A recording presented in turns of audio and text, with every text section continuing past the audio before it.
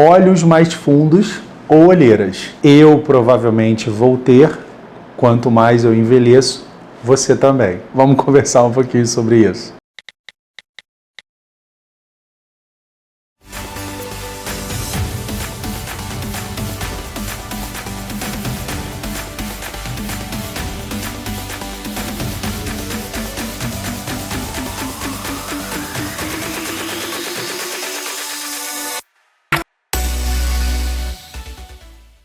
Bem, para quem não me conhece, eu me chamo Leonardo de Deus Mello, eu sou médico, cirurgião geral, pós-graduado em dermatologia e em medicina estética. Eu quero te agradecer pelo momento que você despende a tua energia, o teu tempo, para um canal em que a gente vem ao longo de 4 anos informando e esclarecendo sobre cosmetria, para que a gente tente, de alguma forma, ganhar análise crítica e não ser tão vítima dos modismos da indústria, e sim, eles são muitos, e de alguma forma saber conduzir melhor nesse mundo através de profissionais que sejam sérios os nossos tratamentos, quer sejam eles faciais ou corporais. E no que diz respeito à olheira, essa demanda inestética tão recorrente nas faces, quanto mais maduras elas se tornam, porque aí nesse caso eu estou sendo muito específico em falar sobre as olheiras de relevo ou olheiras falsas para alguns autores.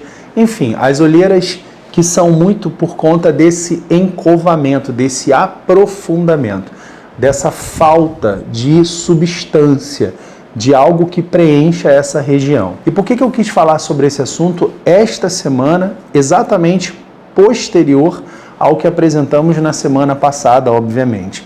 Porque agora vocês estão muito sabidos sobre o envelhecimento da face.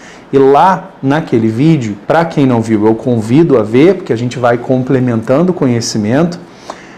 A gente conversou sobre as mudanças, sobretudo a nível ósseo da face, na medida em que nós envelhecemos.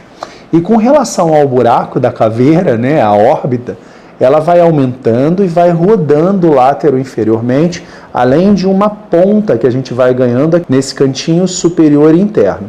Então, nesse eixo oblíquo, a órbita aumenta, mas ela aumenta de modo geral, tanto verticalmente quanto horizontalmente, e roda para dentro. Eu brinco que a gente ganha então o nosso óculos aviador, né, no envelhecimento. Não é para ninguém ter ojeriza desse modelo de óculos, ou parar de comprar. Esse modelo de óculos fica muito bem em alguns rostos, está tudo certo com ele. Isso é só uma analogia para a gente gravar essa imagem e conseguir compreender melhor onde eu quero chegar. Quando a olheira ela tem um nível mais moderado a severo de encovamento, de consumo dos tecidos periorbitais, a gente então precisa, deixa eu tirar meu óculos aqui, ó. Se está acontecendo isso daqui, a gente precisa de alguma forma compensar esse consumo, voltando a diminuir um pouquinho o buraquinho da órbita, porque ele não era tão grande assim, e de alguma forma tentar reposicionar. Quando eu faço isso daqui, pessoal, ó, eu preciso vir nesse, deixa eu fazer assim para não, eu preciso vir nesse sentido aqui. Eu preciso vir trabalhando a região às vezes frontal, superciliar, a região temporal, a região periorbital lateral, a região zigomático-malar e aí sim o tear trough, a região da olheira propriamente dita. Eu comentei com vocês alguns vídeos atrás que eu cada vez mais tenho me posicionado tecnicamente à luz dos MD Codes, porque eu acho que o Maurício de Maia, enquanto cirurgião plástico brasileiro, para nosso orgulho, ele brilhantemente sistematizou as remodelações, né, que é o termo que ele utiliza e que eu acho muito feliz, sai dessa coisa pejorativa do preenchimento, que faz com que as pessoas pensem que vão ficar desse tamanho. Esse tamanho significa preenchimento mal feito, em bom português e de maneira concisa, tá? É verdade. Quando a gente remodela, quando a gente revolumiza, a gente recupera contornos e estrutura que foram perdidas ao longo do processo de envelhecimento. E por que eu estou dando ênfase de novo a essas mudanças da órbita? Porque Por uma questão de budget, e isso é compreensível, muitas pessoas pensam que o preenchimento da olheira se faz apenas na topografia, na localização da própria olheira. E aí, o que a gente nota na maioria das vezes é uma espécie de um quebra-mola. É como se a gente tivesse hipercorrigido aquela região. Quando, na verdade, a gente deveria ter reposicionado a órbita. Quando a gente reposiciona esses tecidos, da mesma maneira que quando a gente faz isso, a gente nota um efeito lift que muito responde por uma atenuação do bigode chinês, da linha de marionete, porque a gente está fazendo isso aqui com o que está caindo. Na região infraorbital não seria diferente. Então, quando você faz isso daqui, o sulco lacrimal que está muito verticalizado, ele se horizontaliza um pouquinho. E aí você tem uma percepção de melhora da olheira.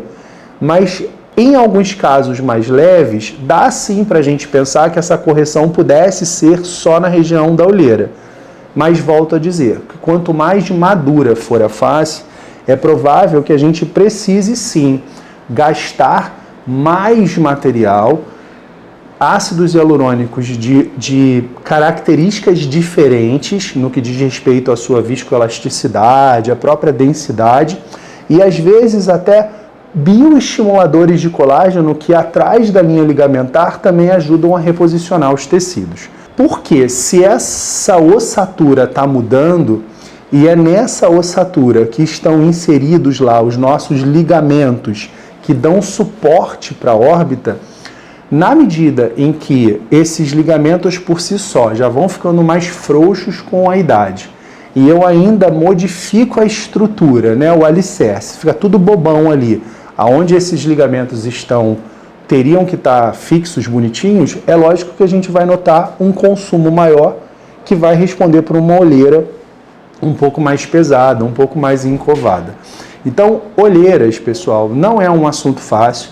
Inclusive, tem sido uma tendência a gente subcorrigir a região da olheira propriamente dita, né? Que a gente chama muito de olheira só essa valetinha aqui, né? Que às vezes, além da questão do relevo, também tem o aspecto vascular, que responde pela olheira mais arroxeada, violácea, e também o aspecto pigmentar, que responde pelas olheiras mais castanho escuras, mais enegrecidas.